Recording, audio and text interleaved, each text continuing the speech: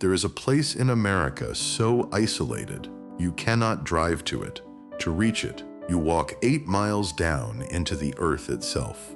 And when your mail arrives, your letters, your medicine, your packages, it comes on the back of a mule.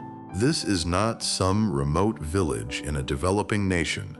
This is a federally recognized community inside the United States of America.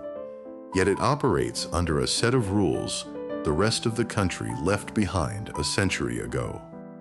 There are no roads connecting this village to the outside world. Above the village, on either side, rise walls of stone nearly 300 meters high. Below those walls, about 450 people have chosen to live here. They did not get trapped here by accident or poverty. They are here because this is the land their ancestors bled to keep. The question is not why someone would come to this place once.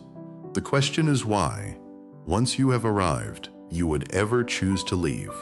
And the longer you stay, the less absurd that question seems. This is Supai, Arizona, and it has been here long before America had a name. The Colorado Plateau is one of the most unforgiving landscapes on the planet. In summer, the surface temperature here can exceed 60 degrees Celsius. For hundreds of kilometers in every direction, there is almost nothing. The trailhead that leads into the canyon sits at the edge of a windswept, featureless mesa. When you stand at that rim and look straight down, your stomach drops immediately. The trail cuts into the rock face in tight switchbacks, falling fast below you. After 2 miles, your knees begin to feel the full weight of every step. After 4 miles, the canyon walls have swallowed the sky completely above you. You can see only a ribbon of blue between the red walls. The heat here is different. It bounces off the stone and wraps around you. But in the shadow of the overhangs, there is an unexpected, surprising coolness. And then, after 6 miles, you hear it before you see it. Water. Running water. Bright, blue-green, almost impossible in color. By the time you reach the village, you have walked 8 miles, and you understand, for the very first time, what real isolation actually feels like. The canyon has its own clock, and it has nothing to do with yours. Sun reaches the village floor for only a few hours each day. In the late afternoon, the red walls seem to catch fire from within. The creek picks up that orange light and turns copper beneath your feet. Along the banks grow tall cottonwood trees, their leaves shimmering silver. Wild horses sometimes wander through the village before dawn. Unhurried, unconcerned, ravens circle the upper rims, riding thermals that humans down below cannot feel. The canyon floor has been polished smooth by centuries of moving water. Even from the sheer walls, small desert plants have found cracks to take hold in. In spring, wild flowers appear along the water's edge in vivid, brief eruptions. At night, the slice of sky above is thick with stars in every direction. In winter, a cold mist rises from the water in the earliest morning hours. In monsoon season, the clouds build above the rim with alarming speed. And when the rain falls on the plateau above, this peaceful place can change in minutes. Every stripe of color in these walls is a different chapter of Earth's ancient story. There are roughly 450 people who call this canyon home. It is one of the smallest federally recognized communities in the entire United States. Every single year, approximately 500 mule loads of supplies travel that trail. Every letter, every package, every box of medicine arrives the same way. If you order something online, a mule carries it to your door. The post office here is the last in the United States to use mule pack delivery. Each year, the tribe permits roughly 20,000 visitors to enter. Those permits sell out within minutes of being released online. People arrive from over 60 countries to see the waterfalls here. There are 3 major waterfalls within walking distance of the village. The largest drops nearly 35 meters into a pool of perfect turquoise. The impossible blue color comes from dissolved minerals carried in the spring water. Those minerals coat every surface they touch with a soft, white crust over time. The tribe owns nearly 188,000 acres of surrounding land, yet to reach any of it, you still have to walk those same 8 miles. Most visitors arrive at the trailhead before sunrise to beat the worst heat. In the blue pre-dawn dark, headlamps bob down the path like scattered fireflies. The first 2 miles are flat mesa, easy, open, and deceptive. Then, without warning, the path tips forward and the descent begins. The loose red rock demands full attention on every single step. On either side, the walls reveal millions of years of geology pressed flat. Occasionally, a fossil is pressed into the stone right beside the path. Lizards dart across the path, vanishing before you can bring them into focus. Halfway down, you hear bells before you see anything. Mule trains coming up. The trail is narrow, and the rule is clear. Step aside and let the mules go first. Each mule carries up to 160 kilograms of supplies. The handler walks behind, speaking softly to keep the animals steady and calm. You watch them descend and understand. This is not a novelty act for tourists. This is simply how things work here, and have worked for generations. And when the village finally appears around a bend, the relief is genuine and total. The first person we meet is sitting in the shade outside his home. He watches us approach the way someone watches approaching weather. Patient, still. He offers a nod before we reach him, without standing up. His hands rest on his knees, deeply weathered, the color of the canyon itself. He points toward the creek when we ask about the color of the water. It has always been this color, he says, as if the question surprises him. He grew up here, left for a city in his 20s, and came back within 3 years. He tells us he lasted 3 years outside before something started to feel wrong. Not the color of the water that was missing, he says. The silence of a place where no car has ever passed. He smiles when he says it, but it is not a nostalgic smile. It is the smile of someone who solved a problem most people never even identify. Behind him, a group of visitors passes, cameras aimed at everything. He does not turn to look at them. He drinks from a cup of water and returns to watching the afternoon. From above, it is easy to understand why this place has remained untouched by roads. The plateau simply ends here in a sheer, uncompromising wall. The canyon is over 300 meters deep at the village site. There is no logical place to cut a road into these walls. Engineers have studied it. The geology does not cooperate, so the only alternative to walking is a helicopter.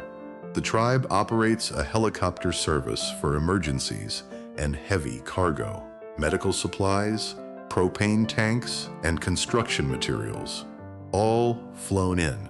But helicopter time is expensive, and the Mule Trail remains the working backbone. On the canyon walls, there are carvings made by the ancestors of the people living here now. Those carvings depict the same canyon, the same animals, the same water source. The canyon walls look almost exactly the same today as they did then. The canyon did not isolate these people, as outsiders sometimes assume. The walls are not a barrier, one elder tells us. The walls are the reason we stayed. The canyon is their home, and the isolation is not a sentence. It is a foundation.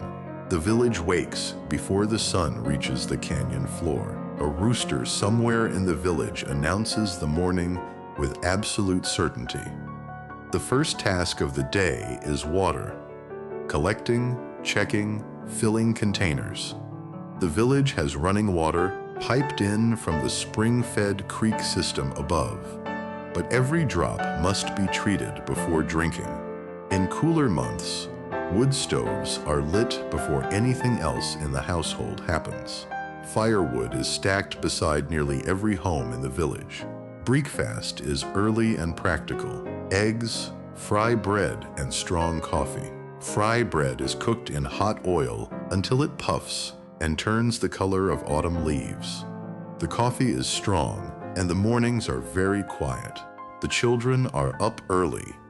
They have further to travel than most. School does not start at the push of a button here. The light moves slowly down the canyon walls, arriving at the village floor last. Down at the corral, handlers begin saddling the mules for the day's first run. Some of those mules will walk 16 miles before noon and do it without complaint. Food arrives by one of two methods, helicopter or mule. Each family places orders through a supply system managed by the tribe. Fresh produce, dairy, and meat come in by air when budgets allow. Heavier dry goods come down on the mule trains, packed tightly. Everything is sorted at the village center upon arrival each day. Deliveries do not always match the order, so people learn to adapt quickly. Some families keep gardens along the creek, growing corn and squash. The ancient crops of this canyon have always done well in this specific soil. The creek also provides fish, as it has for 8 centuries. The fish are small, but always fresh, always reliable. Preservation is an essential skill here.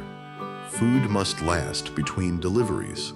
Pantries are stocked carefully, with a system developed over years of necessity. Getting the helicopter to come requires planning weeks in advance. Bad weather can ground the helicopter for days at a stretch. When shelves run low, neighbors bring food to each other's doors without being asked. Fry bread is not just food here. It is history flattened into dough. Every household has its own version of the recipe, passed down without writing. It is cooked in hot oil until it puffs and turns the color of a desert afternoon. Served with beans and dried meat, it has sustained this people through every hard season. Blue corn tortillas, ground from corn grown in the canyon, appear at every celebration. Dried venison and rabbit are prepared the old way, air-dried slowly in the canyon shade. Certain wild plants along the creek are still gathered by the older women who know them. Watercress grows naturally along the banks, rich in minerals from the spring water. Prickly pear grows on the upper slopes, and its fruit is collected each autumn. The red fruit is made into juice and jam by those who have been taught how. The oldest women in the village are the keepers of the deepest food knowledge. Many of these recipes have never been written anywhere. They live in memory. Once a month, the community gathers for a shared meal in the village center. Tables are covered with everything people have made. Each dish a small story told. In a village this small, every meal shared is also a conversation continued. Tourism is the economic engine of this village, whether everyone loves it or not. The tribe operates a campground inside the canyon for permitted visitors. A small lodge provides accommodation for those who do not camp. A dedicated office manages permits, reservations, and visitor experience. Many residents work as guides, carrying deep personal knowledge of every trail bend. Others manage the horse and mule service that carries visitors' packs to camp. A small cafe near the campsite serves food throughout the tourist season. Handmade jewelry and crafts are sold directly to visitors who pass through. Turquoise and silver work made by local artisans commands serious attention. The tribal government employs a significant share of the adult population year-round. Rangers patrol the land, protect the waterfalls, and manage waste and erosion. Britscroffer maintenance, water, power, basic paths requires a full crew. And then there are the mule handlers, the most essential profession in this canyon. Their skill keeps the village supplied and alive more than any other single role. In winter, when permits close and visitors stop arriving, the village breathes out again. Every person who lives in this canyon knows what a flash flood looks like. It does not always announce itself with visible thunder directly above. Sometimes the rain falls 50 kilometers away, on the high plateau above, and minutes later, water comes rushing through a canyon that looked perfectly dry. The flood carries trees, rocks, and everything loose in its path. This village has been flooded many times across its long history.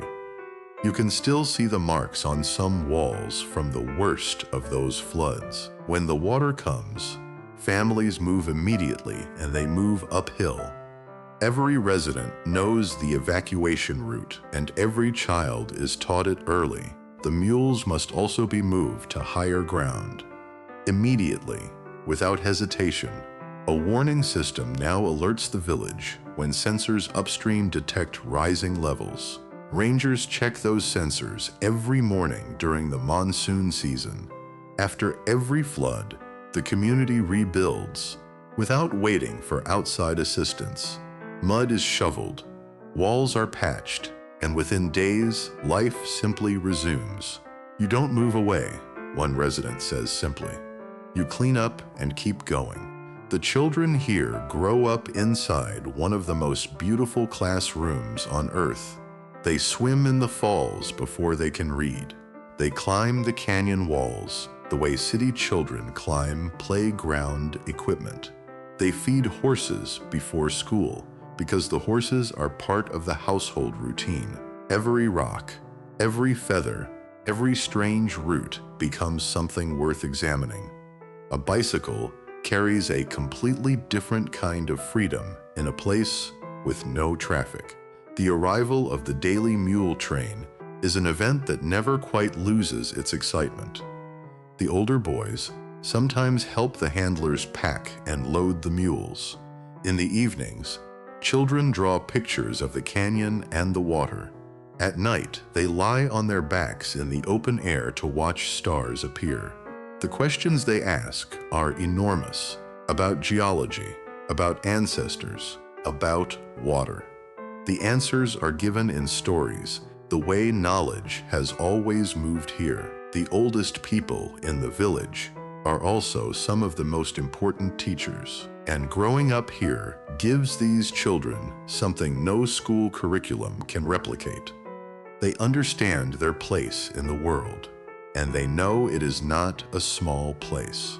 The school in this village serves children from kindergarten through 8th grade.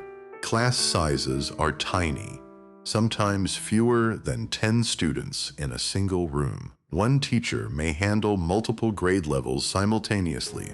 Even school supplies arrive on mule back. Books, pencils, paper, all of it. The library is small, but it is used with real seriousness. Reading outdoors, with the canyon walls as a backdrop, is entirely normal here. Science class often takes place on the canyon floor itself. The students have learned to read the water the way engineers read data. For high school, everything changes dramatically. At 15 or 16, most young people must leave the canyon entirely. They are sent to boarding schools far away on the flat plateau above. For many, it is the first time they have slept somewhere without the sound of water. Some go further, to university, to cities, to entirely different kinds of life. The tribe invests in education, hoping each graduate finds a reason to return. Some do return, and when they do, the village feels their return as something close to a gift. Getting electricity into this canyon was no small achievement. Solar panels now supplement the grid power that arrives via underground cable. That cable was laid along the canyon floor by hand. There was no other method. Backup generators hum quietly at the village edge for emergencies. The water treatment system draws from the creek and purifies before distribution. Pipes run beneath the village floor, protected from frost and carefully maintained. Every repair, every spare part, every tool carried in by mule or helicopter. Propane for cooking and heating is airlifted in, 2 tanks at a time. It is the most expensive way imaginable to heat a home. There is no garbage truck. There is no sewer line that disappears underground. Everything must be sorted, compressed, and eventually carried back out. Trash goes out the same way groceries come in, on a mule's back. The tribe has strict environmental rules. The canyon must be preserved above everything else. Water quality is tested weekly, and the results are taken seriously by everyone. In a world of convenience, this community maintains an environmental discipline most cities never achieve. You can get a cell phone signal at the bottom of this canyon. A tower on the canyon rim beams connectivity down to the village below. Residents video call relatives in Phoenix and Los Angeles like anyone else. Teenagers scroll through social media in the same homes where no car has ever parked. The school computer lab is connected to the internet and used every school day. You can order from any website in the world and have it delivered to this address. It just takes 8 extra miles at the end of the delivery route. Visitors use drones to film the waterfalls, which the tribe now regulates strictly. Unauthorized drone flight is prohibited. The sky above belongs to the canyon. One family recently imported a small electric bike to navigate the village paths. It charges on a solar panel on their roof, generating exactly enough power. It came on the mule, one man says, laughing. Took 3 trips to carry it in pieces. Some homes have satellite dishes. A direct line to the world above the rim. The news of the outside world enters this canyon every evening. But at a certain hour, the screen goes dark and the canyon returns to what it always was. July and August bring the monsoon to the plateau above the canyon. The clouds build here with a speed that still surprises people who grew up watching them. Lightning hits the canyon rim regularly, sometimes many times within a single hour. When the rain falls above, the canyon walls stream immediately. Within 30 minutes, the creek can change from blue-green to brown mud. Logs, rocks, and soil race through the channel together. The village moves into a quiet, practiced emergency mode. Children go to higher ground. Supplies are lifted. Animals are moved fast. The older residents direct the younger ones with a calm that comes from repetition. The water peaks, sometimes reaching close to the edges of homes. Then, sometimes in under an hour, it begins to recede. The heat returns within hours, and the mud begins to dry quickly. In winter, a different challenge arrives. Freezing temperatures at the canyon floor. Frost forms here even when the plateau above is relatively mild. The temperature difference in the canyon makes winters harder than outsiders expect. In a place where outside help is 8 miles and 1 long climb away, neighbors are everything. You do not hire strangers for repairs here. When something breaks, people show up, sometimes without being asked at all. Food appears at the door of anyone who is sick or overwhelmed. Children are watched by whoever is nearby when parents are working elsewhere. There are unspoken agreements here that no written contract could ever capture. The elders set the tone, and the tone is one of mutual obligation and collective pride. Younger people help elders. not because they are told to, but because it is expected of them. Community cleanup happens regularly. Every resident participates. Trail maintenance is another collective task. The trail belongs to everyone. The relationships here are deep in the way that long proximity makes them. People who have disagreed fiercely still show up for the community work together. There is no anonymity in this village, which can be difficult, but also deeply healing. 3 generations of a family often live within a few minutes' walk of each other. And no one grows old in this canyon without someone close by. The people of this canyon have a name for themselves that translates simply: people of the blue-green water. They have lived beside this water for over 800 years, when borders were drawn around them by outside powers. They stayed when their language was suppressed. The oldest ones kept speaking it anyway. Today, language revitalization classes are held in the village school. Children learn the names of plants, animals, and places in their ancestral tongue. Each word learned is a small wall rebuilt against forgetting. In 1975, after a century of reduced territory, they won back over 500,000 acres. It was one of the most significant land restorations in American history. Every adult in this village knows the story of that fight by heart, and the children are taught it before they study any other history. We did not survive by asking permission. One elder tells us quietly, the art in this village, paintings, beadwork, weaving, tells that same story. Every mural on every wall is a reminder of who they were and who they remain. There is a man in this village who was offered a full university scholarship far away. He accepted it. He went. He studied in a city where more people passed him each day than live in his entire home community. He did well academically. He made real friends, but something in him remained always oriented toward the canyon below. In his 3rd year, he came home for the summer and could not make himself get back on the bus. He called the university and deferred, then deferred again, then did not call back. Today, he runs the tribal environmental program. He monitors water quality, tracks flood risk, and trains younger rangers. I know what I gave up, he says, without even a shadow of regret.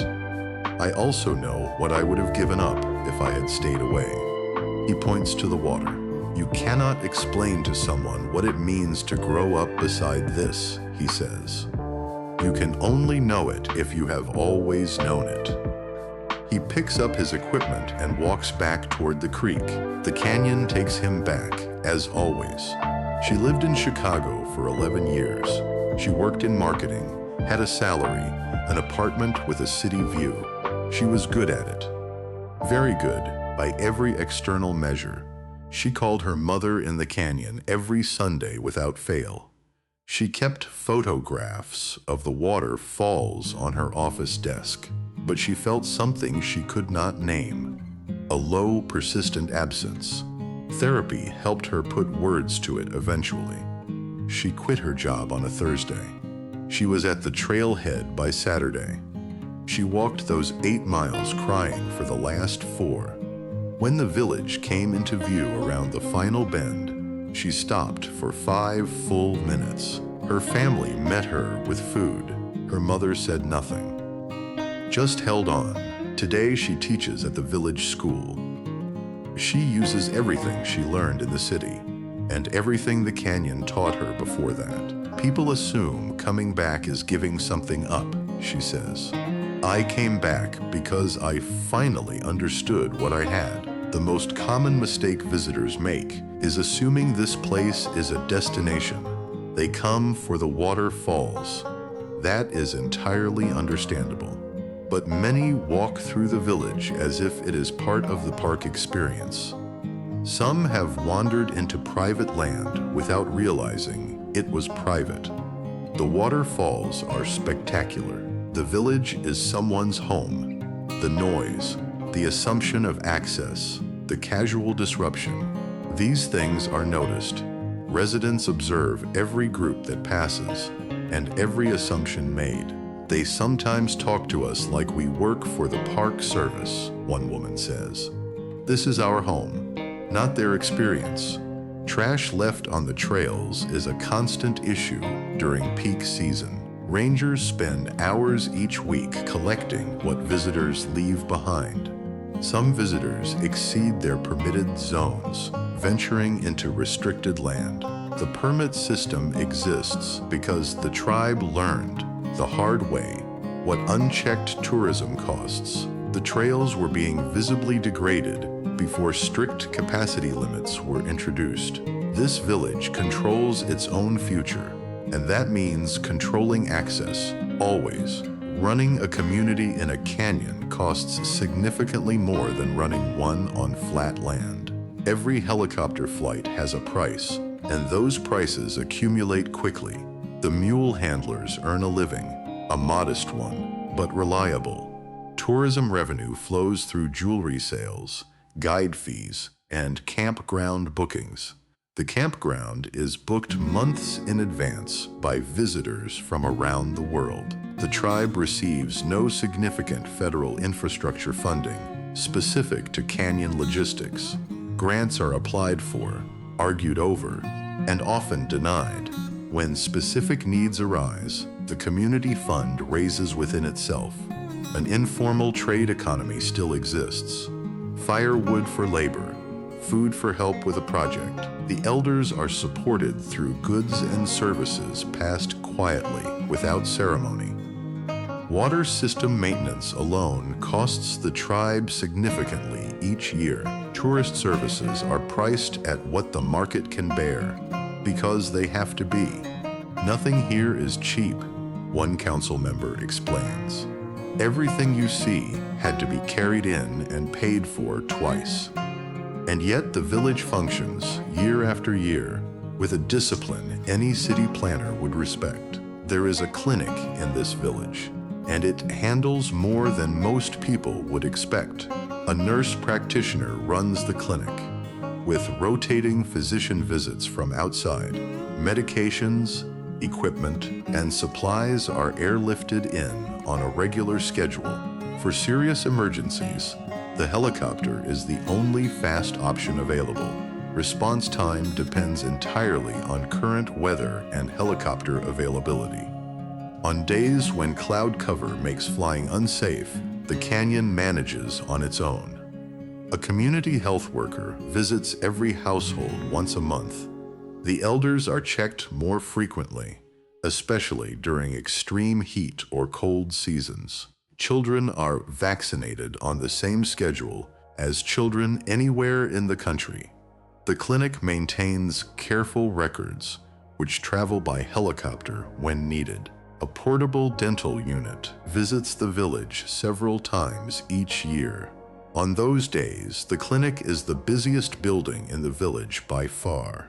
If something goes wrong after dark and the weather is bad, one resident says slowly, you just have to manage. You have to know what to do yourself. First aid training is taken seriously here by almost every adult in the village. Living in a small community has a beauty that is inseparable from its difficulty. The canyon walls are magnificent. They are also always there. On cloudy days, when the light is flat and the walls press close, the canyon can feel like an enclosure. You see the same people every day. Every day. For years on end, disagreements in a place this size cannot be quietly ignored. They must be resolved. The tribe has invested in mental health support in recent years. Group wellness programs are offered, blending traditional healing and modern counseling. Traditional healing ceremonies remain a vital part of collective resilience here. One elder describes the experience as the discipline of presence. The canyon does not let you disappear into yourself, he says. There are too many people who know your name. The laughter in this village is easy and frequent. It has to be. But some residents speak openly about the winters, how the quiet can become heavy. Solo walks up the trail are a common form of mental relief. You go up until you can see the plateau above, and then you come back down, ready again. The volume of outside interest in this canyon has grown enormously in a decade. A single viral photograph can generate 10,000 permit requests overnight. The tribe's permit system strains under the pressure of global attention. New facilities are urgently needed: a larger clinic, better waste systems, more staff. Each piece of building material must be flown or walked 8 miles in. A recent solar expansion project took 18 months longer than planned. Contractors who come to work here must adapt quickly to canyon logistics. The village is being photographed constantly during tourist season. The tribe now maintains a digital archive to manage visitor records and environmental data. Young tribal members are being trained specifically to manage these systems. The tribal leadership debates every development decision carefully. The ecosystem is more fragile than most visitors are prepared to understand. Overused trails show wear that takes years of careful restoration to recover. New protection zones have been established around the most sensitive areas. Chant here is slow but unmistakable, and not all of it is welcome by the community. There are 7 women in this village who know how to weave the traditional baskets. The patterns in those baskets are maps of the canyon. Every design carries meaning. Last year, 3 young women asked to be taught. The oldest teacher, who is in her 80s, started classes at her own kitchen table. The materials, specific reeds and grasses, grow along the canyon creek. Knowing which ones to use and when to harvest them is itself a lifetime of knowledge. Of the ancestral language, fewer than 30 fully fluent speakers remain today. A team from the tribe has been recording every elder speaker they can reach. Hundreds of hours of recordings now exist that did not exist 10 years ago. Language classes for children are now a required part of the village school curriculum. Some ceremonies that had nearly faded are now being deliberately revived. Young men are being taught traditional songs by older uncles and grandfathers. Drum circles now happen monthly, where before they had faded to once a year. The elders watch the young ones learning, and their relief is entirely visible. The tradition is not fading quietly here. It is being caught before it falls. Every teenager in this village eventually faces the same question.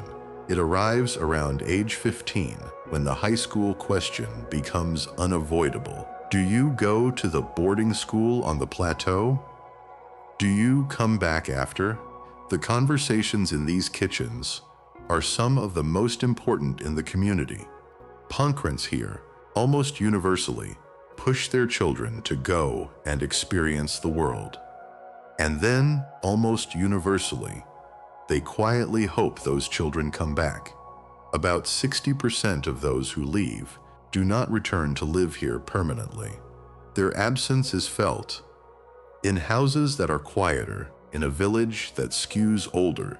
Some of those who left built full, meaningful lives elsewhere, and those lives are real. But the ones who left speak of the canyon the way you speak of someone you love.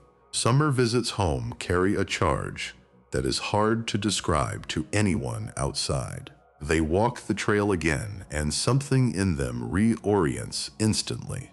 The dilemma does not resolve cleanly for most people. It is not a choice between good and bad. It is a choice between 2 kinds of richness. And the canyon, as always, offers no advice. It simply remains. The water in this canyon is everything, and it is changing. Longtime residents can point to spots on the wall and say, the water used to reach here. The plateau above is experiencing longer and more severe droughts each decade. Several springs that fed the canyon system have reduced their output significantly. Water conservation measures have been tightened over the last 5 years. Each household now tracks water use in a way that was never necessary before. Ironically, the risk of flash flooding has also increased alongside the drought. Drier soil absorbs rain less effectively. Floods happen faster and harder than before. Erosion along the canyon banks is more pronounced each monsoon season now. Trees that stood for generations are losing ground to a shifting creek bed. The tribe is documenting every change, a record the outside world should study closely. The elders describe the changes in a language of loss. Less blue, less full, less cold. Outside researchers have begun coming to the canyon to study its specific changes. The tribe's records, kept quietly for decades, have turned out to be invaluable. We adapted before, one resident says carefully, but this is different. This is faster. Without tourism, this village might not survive in its current form. Every permit purchased, every campground night, it funds the tribal budget directly. At peak season, the campground runs at full capacity for months without break. The revenue from those permits pays directly for the medical clinic. It pays for helicopter maintenance, water system repairs, and school supplies. In winter, when tourists stop coming, that revenue stops completely. The tribe must budget carefully for those quiet months from the summer's surplus. But not every resident welcomes the flood of visitors without reservation. Some areas near the village have been treated casually by visitors who did not know better. The tribe has responded with stricter codes of conduct and clear new signage. They take photographs of everything, one man says, not unkindly, but they don't always leave something worth having. The environmental impact of 20,000 annual visitors is now measurable. There are active debates within the tribal council about whether to reduce that number further. It is a genuine tension between survival and preservation, both entirely legitimate. The sun leaves the canyon floor early in the evening. The shadow rises slowly up the red walls until only the very rim is gold. The sound of the creek becomes louder as the human noise of the day fades away. Children are called in from the banks as the air begins to cool. Dinner in the canyon is a serious affair, the end of a physical working day. Work clothes are changed, hands are washed. The day is discussed at the table. Porches come alive in the cooler hours of the late afternoon. Conversations move without urgency. There is nowhere to be and no rush to get there. The younger children play until the darkness is complete. Then the darkness comes. Real darkness, the kind that cities have completely forgotten. A few warm lights glow in windows. The rest of the canyon belongs to the dark. An older couple on a porch watches the stars appear. One by one, the creek sounds louder at night. Or perhaps everything else becomes quieter. There is almost no crime in this village. The biggest threats at night are the animals of the plateau and the weather above. Every year, the tribe holds a gathering that the whole village builds toward for months. The open area at the village center is transformed over several days of preparation. Dancers arrive in regalia that has been prepared and cared for all year.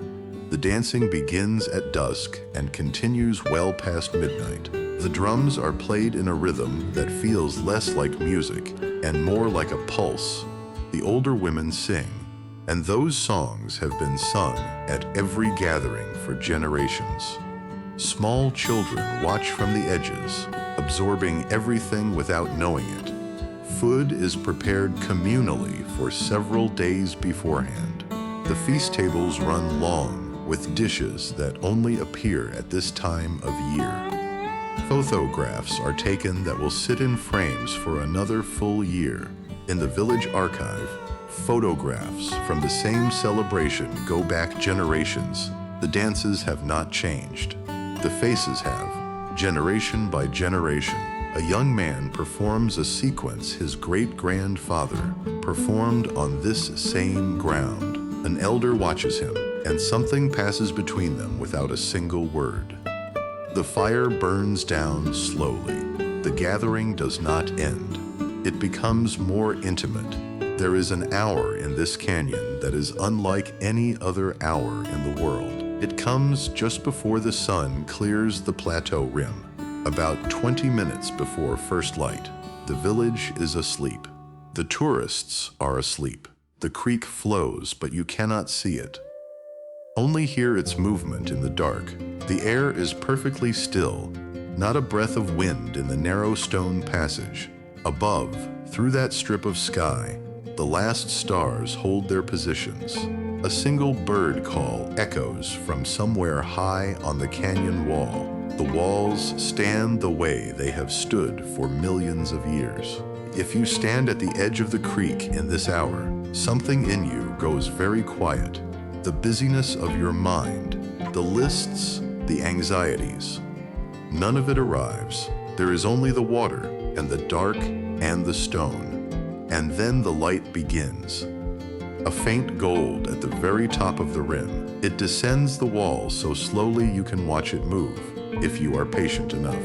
When it reaches the creek, the water goes from black to blue in an instant, and the day begins again, exactly as it has every morning for 8 centuries. There is a small cemetery at the edge of the village. The graves are modest, stone and carved wood tended with regular care. Families tend them on ordinary days, not just special occasions. Death here, like everything else, is close. When an elder becomes seriously ill, the decisions are hard and immediate. An evacuation in winter, with bad weather closing the helicopter option, is a wrenching calculation. Several families carry the specific grief of a person lost because help arrived too slowly. They do not speak of these losses as reasons to leave. They speak of them as the price. Painful, real, and fully understood.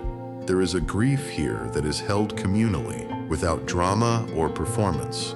When someone dies, the whole village shows up. Not for a day, for weeks, food arrives. People sit with the family. The silence is shared rather than suffered alone. Some of the oldest graves in that cemetery are many generations deep. Every family here can trace their presence in this canyon further back than most nations exist. That continuity, the unbroken thread of people in this specific place, is itself an answer. Something happens to you after a few days in this canyon. You stop reaching for your phone as the first response to stillness. You stop filling every silence with noise. The canyon teaches you something your daily life has been working hard to prevent you from learning. That you do not need nearly as much as you think you do. That a meal shared with people you trust is an extraordinary thing. That a small home in a meaningful place is not a sacrifice. That the most beautiful things on earth are often available for free in the right location. More than a few visitors have wept beside these waterfalls, not from sadness, from something closer to recognition, a recognition that they have been moving very fast towards something that may not matter much. The canyon does not lecture. It does not suggest. It simply exists. And in its existence, it makes a case for something quieter. For a life built around depth rather than speed. The canyon was here before you. It will be here after. That is not a small thought. In the cities we came from, we walk past hundreds of people every single day. We know almost none of their names. We have neighbors whose voices we have never heard. We have access to everything, and relationships with almost nothing.